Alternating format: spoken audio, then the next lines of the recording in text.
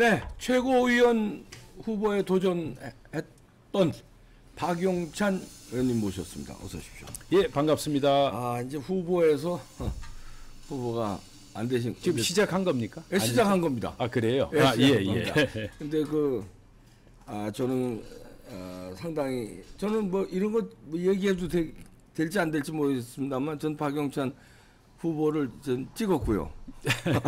감사합니다. 제 방송에서도 여러 번 제가 그냥 나오셨을 때 말고도 예. 제가 이렇게 논평을 통해서 박용찬 후보를 찍어야 되는 이유를 여러 번 제가 강조했습니다. 단 하나였어요. 저는 부정선거를 네. 가장 아주 세밀하게 주장하신 분이 그냥 이렇게 형이상학적으로 이렇게 주장하신 게 아니라 예.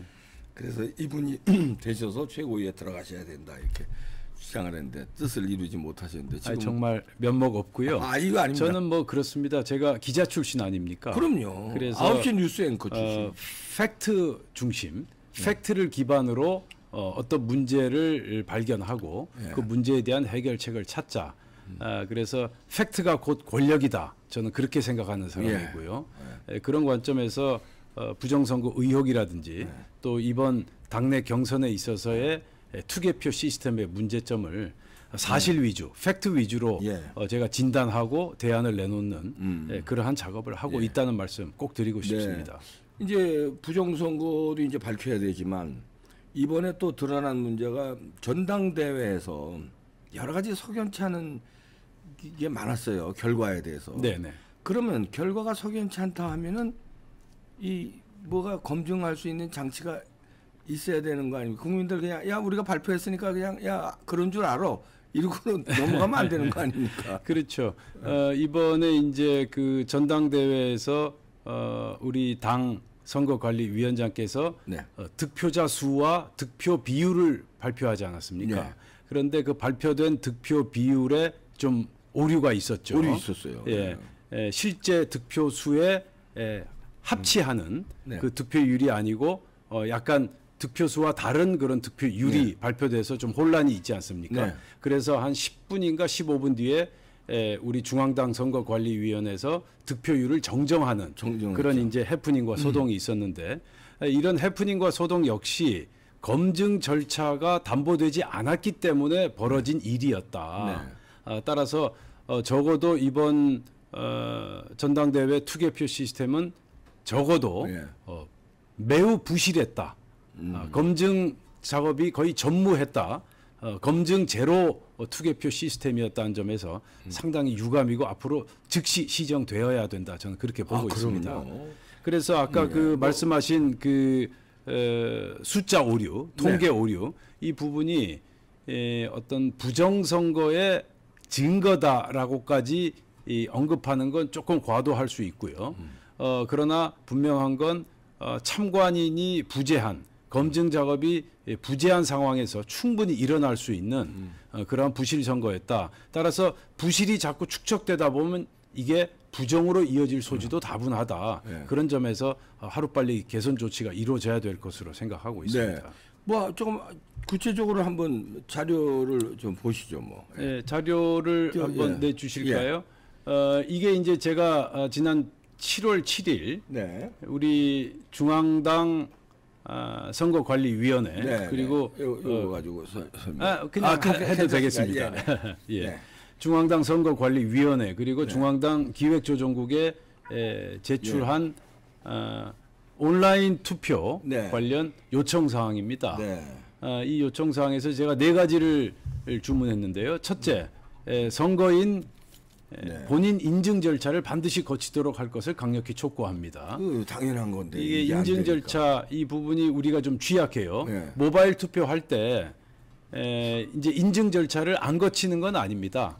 그러니까 보안 인증 문자를 입력하도록 하고 그리고 주민등록번호 앞자리를 입력하도록 하는데 전문가들 이야기를 들어보니까 그 정도 가지고는 부족하다.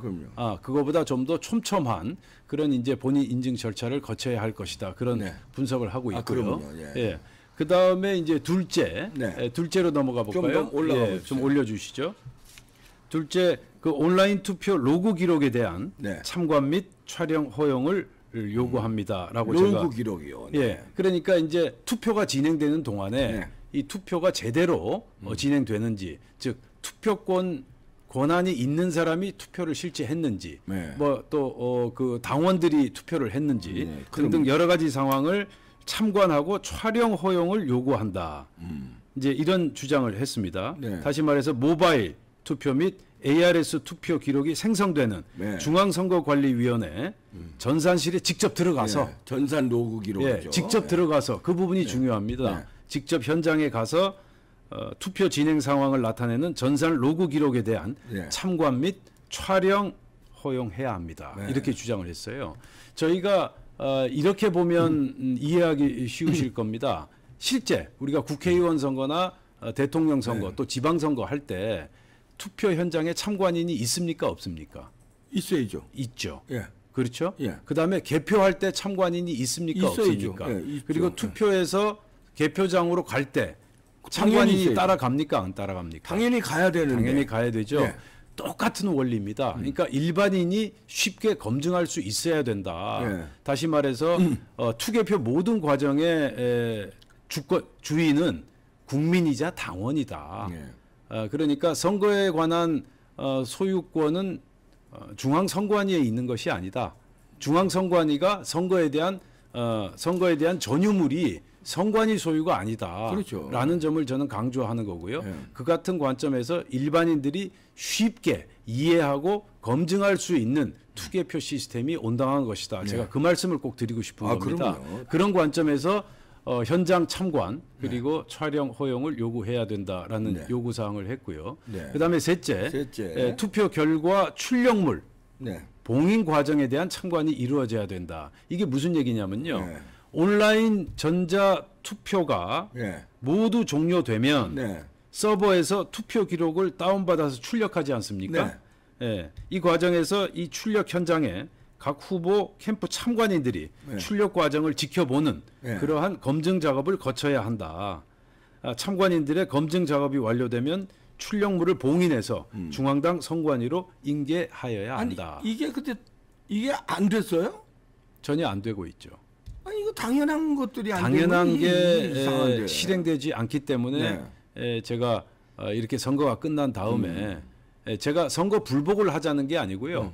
우리의 부족한 결핍된 부분을 메우고 채우자라는 차원에서 제가 말씀을 드리는 굉장히 거고요. 그 용기를 가지고 하시는 거예요. 왜냐하면 다른 분들도 이번에 이제 뭐 전당대회에 참여하셨던 분들이 이런 의혹을 가졌지만 이런 걸 의혹 제기를 하면은 선거 불복이라는 뭐 누명을 쓸까봐 그냥 깨름직하지만 입 닫고들 있고 계신 거거든요. 전 당대표 후보들도 그렇고. 그런데 우리 박영찬 후보께서는 이런 거를 지적하시는 건 굉장히 용기를 가지고 하신 거예요. 저는 뭐 제 할 일을 할 뿐이고요.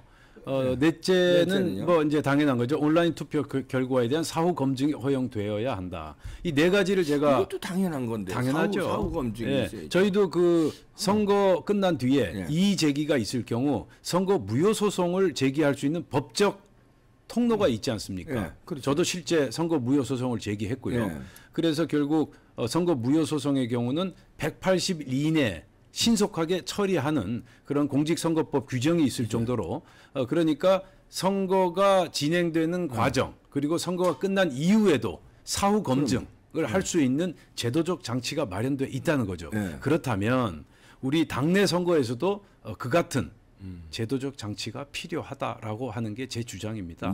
제가 무리한 주장을 아닙니다. 하는 걸까요? 아니 이제 놀라운 거는 지금 네 가지를 이렇게 조목조목이 지적해 주셨는데 이 네 가지 다 당연히 했어야 되는 거를 안 했다는데 놀라운 거예요. 그게 더 놀라운 거예요. 예, 저도 동감입니다. 제가 그 외대에서 10년을 강의했는데 저희가 이제 채점을 하잖아요. 이제 대학생들 채점을 하는데 물론 교수 재량이죠. 제 마음대로 왜냐하면 논문이니까 채점을 해도 그 답안지를요 보관하도록 해서 제출을 해야 돼요. 제가 없애지를 못해요. 학생들이 쓴 맞습니다. 답안지를. 그래서 학생들이 이의 제기를 했을 때 선생님 내가 왜 C예요? 이렇게 이의 제기를 했을 때 뭐 예를 들어 내가 답변해 줘야 되고 그 다음에 그게 문제가 됐을 때는 뭐 교무처라든가 뭐 학과 주임이라든가 검증할 수 있는 답안지가 보관돼 있습니다. 이거 답안지 제출 안 하면 교수가 잘려요. 맞습니다. 그렇게 하다못해 학교 시험도 그런데 아니 공당의 최고위원을 뽑고 당 대표를 뽑는데 이런 검증 절차가 하나도 이루어지지 않았다는 거는 말이 안 되네요. 그래서 이제 제가 이런 4가지 네. 제안을 했고요. 중앙당으로부터 답변을 받았습니다. 받았습니까? 일단 그 본인 그러니까? 인증 절차, 즉 네. 사전 본인 인증 절차 이런 건 시간 관계상 쉽지 않고 네. 또 투개표가 진행되는 동안에 참관 및 촬영은 응할 수 없다. 즉 중앙선거관리위원회 전산실에는 들어갈 수 없다. 이제 이렇게 답변이 왔고요. 네. 단 한 가지 소득이 있었는데요. 네. 현재 그 암호화돼서 선관위에 보관돼 있는 선거 결과가 있지 않습니까? 네. 중앙선관위에 보관돼 있는 선거 결과 네. 그리고 당에서 결과 치료받은 그 선거 결과 내용 이 2가지를 동일한 것인지 대조할 수 있는 그런 사후 검증 작업은 허용하겠다 이런 답변을 받았어요. 이번 거를 그러면 검증할 수 있다는 거예요? 할 수 있습니다. 이번에 한 거. 예. 예. 그런데 이 검증하는 주체가 후보자 측은 될 수 없다. 그러니까 다시 말해서 우리 당이 주체가 돼서 당의 요청으로 중앙선거관리위원회 전산실에 가서 검증 작업을 할 수 있다. 이렇게 제가 당이 답변을 해야죠. 그런데 이제 제가 볼 때는 우리가 이제 선거 무효 소송을 제기할 때는 후보자 본인이 제기하지 않습니까? 네. 그리고 후보자 본인이 참여하는 가운데 재검표도 이루어지고 여러 가지 이제 심리 절차가 이루어지지 않습니까? 네. 그래서 제 욕심에는 후보자 측 내지는 후보자 캠프에서 네. 선관위로 가서 검증하는 그러한 작업이 이루어지면 좋을 터인데 네.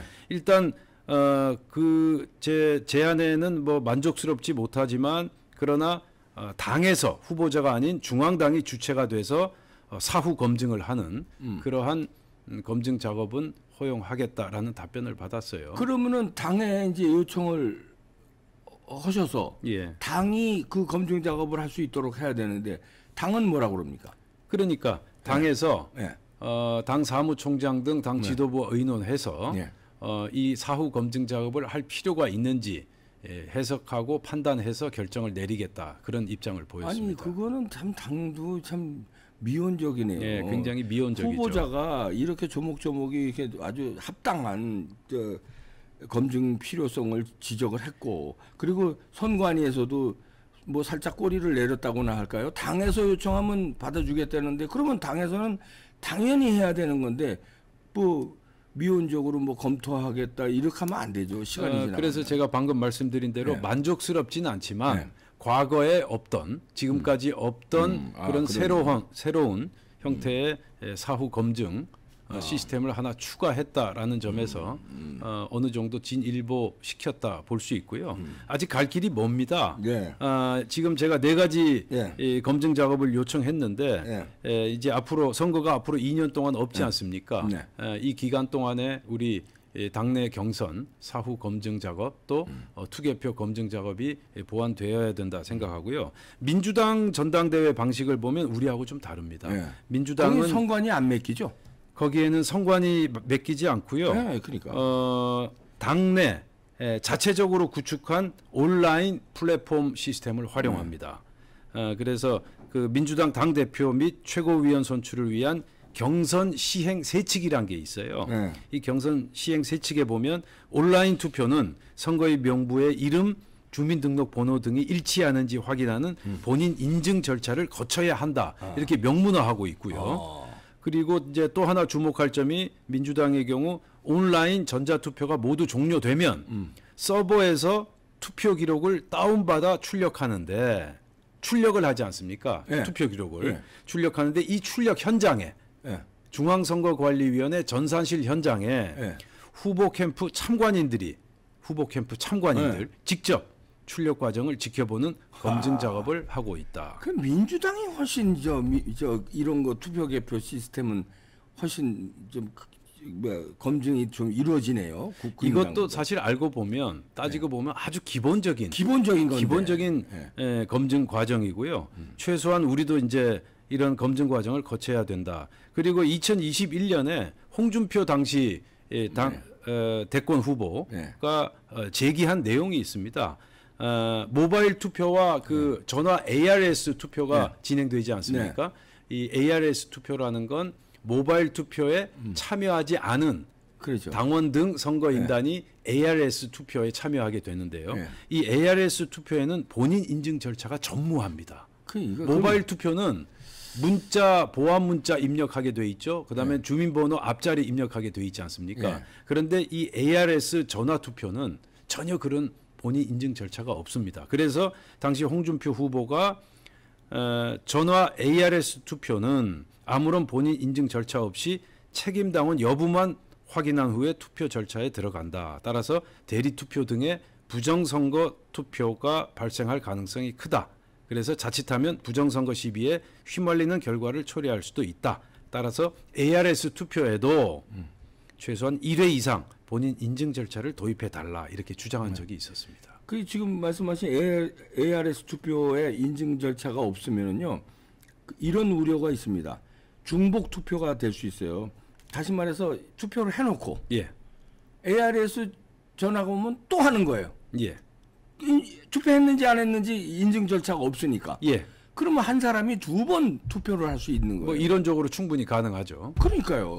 그렇게 숭숭 뚫려놓고 하면 안 된다는 거죠. 그래서 제가 거듭 강조하건대 검증 절차 도입 보완은 매우 시급하고 다만 이제 이번 전당대회 투개표 과정에서 어떤 부정이 있었다든지 조작이 있었다든지 왜곡이 있었다 그렇게까지 얘기할 수 있는 단계는 아니지만 충분히 조작과 왜곡이 가능한 그러한 구멍이 많이 뚫려 있다. 그러한 점에서 검증 장치는 하루빨리 실행되어야 된다. 저는 그렇게 생각합니다. 아니 저는 이상합니다. 그냥 의혹 정도가 아니라 저는 이번에 수상합니다. 이 결과를 믿을 수 없습니다.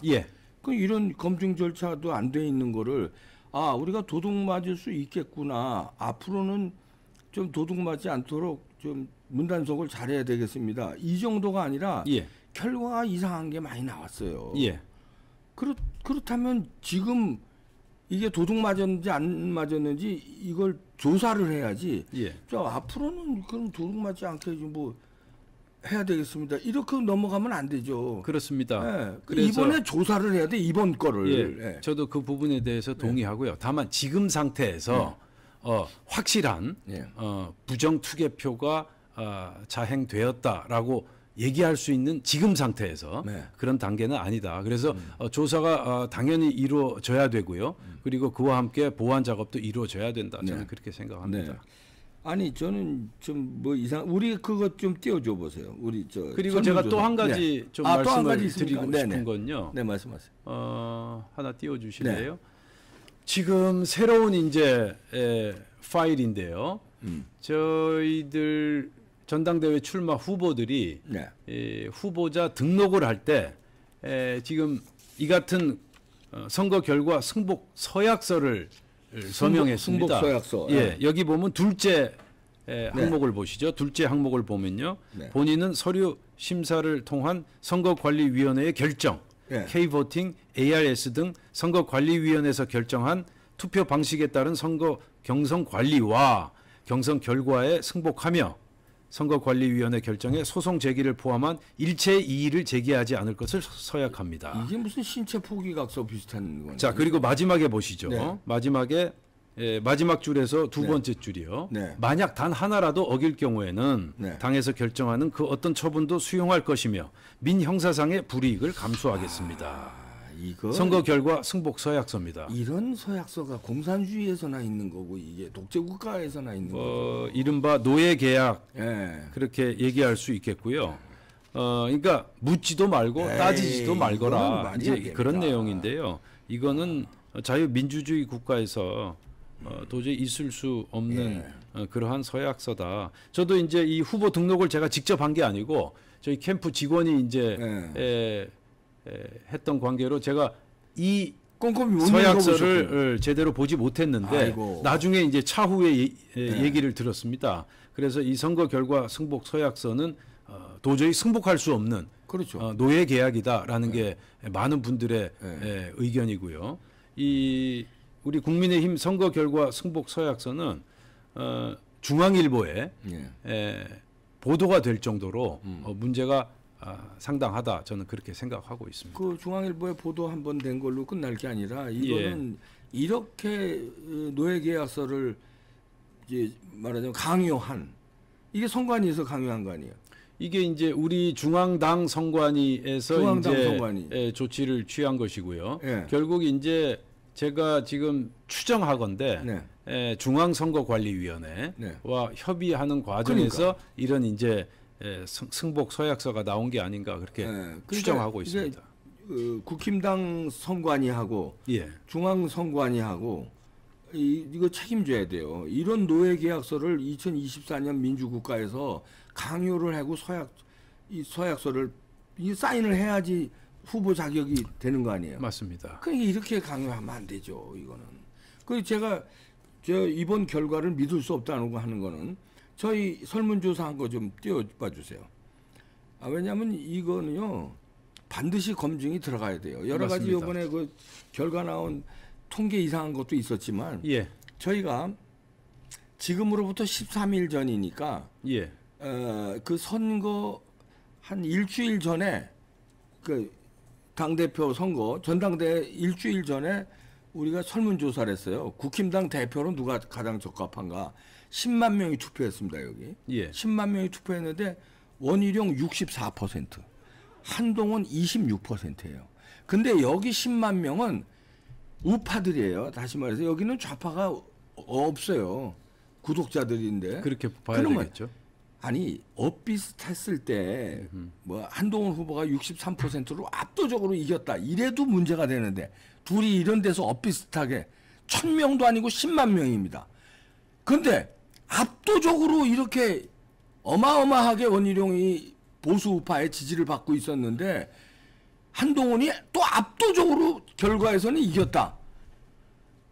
근데 이게 역선택도 아니라 이건 보수 팬들이면은 거의 다가 국힘당 책임당원들인데 그리고 그걸 반증할 수 있는 게 저희가 지난번 대통령 선거 전에 그 훨씬 전부터 당원 개입 캠페인을 했어요. 이봉규 TV에서.